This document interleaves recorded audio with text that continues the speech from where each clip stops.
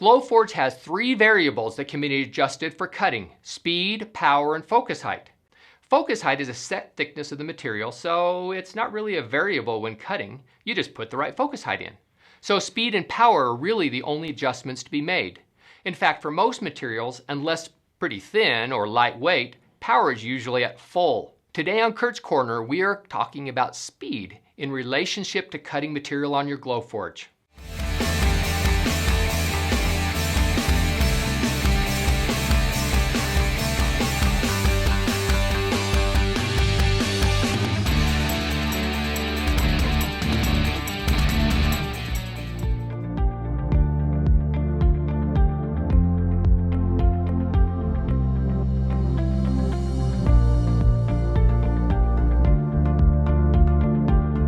Okay, so you put material in your Glowforge and you want to cut it. Be sure to manually enter the thickness of the material as the focus height.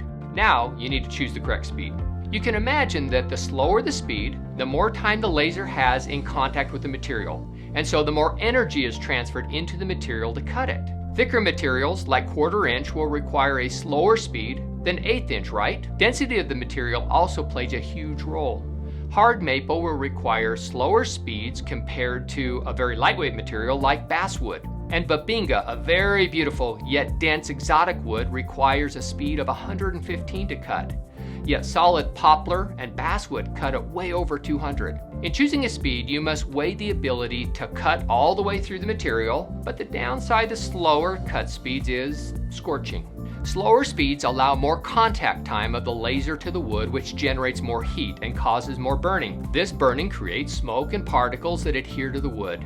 This can be avoided by masking the material, and we did a whole video on the best way you can remove these burn marks. So if you've had a problem with scorching, watch that video too. So you want to choose the fastest possible speed that reduces this scorching as much as possible. Why cut at a speed of 120 when 115 goes through the material just fine? So let me show you 3 examples. Here is a 1/4 inch double-sided maple.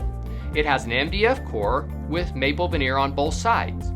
I chose it because it's a fairly thick material, but also because hard maple is pretty dense, so it requires slower speed to cut through. I cut large stars at varying speeds, from 100, which is the lowest speed allowed, up to 135. As you can see, 135 was too fast. There's not enough contact time between the laser and the material in order to cut through. We have to go down to 115 to cut through. 110 did fine too. But interesting, let's look at 105 and 100. Wow, they really burned up the wood, and it didn't even go through.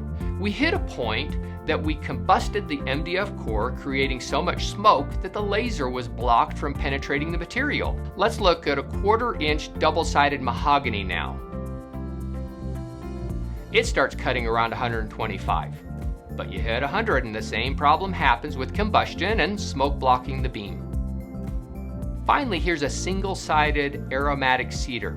It has a thickness of 0.22 inches, so we entered that as a focus height. It cuts through at 125 and looks pretty good. But as you go down a little slower, it cuts through, but there's more and more soot and scorching that would require cleaning.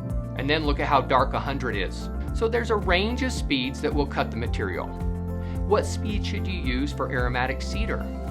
Well, that may depend upon your machine. If your mirrors are nice and clean and your air assist fan is also clean, then your Glowforge is optimized to cut really well at 125, and it certainly gets less scorching, but maybe it will take 120. 110 and 115 work, although you can see there's quite a bit of scorching with that. I wish I could give one single speed for everyone, but there's some variability. Doing a small test cut is great if you can, or if you use the same material over and over again, write down which speed works best with you. But using our recommended settings is a great starting point, and our customers have had great success with them. That's it for this week. We hope you tune in next time for Kurt's Corner. So like, subscribe, and ring that bell for notifications of our next installment, and have a wonderful day.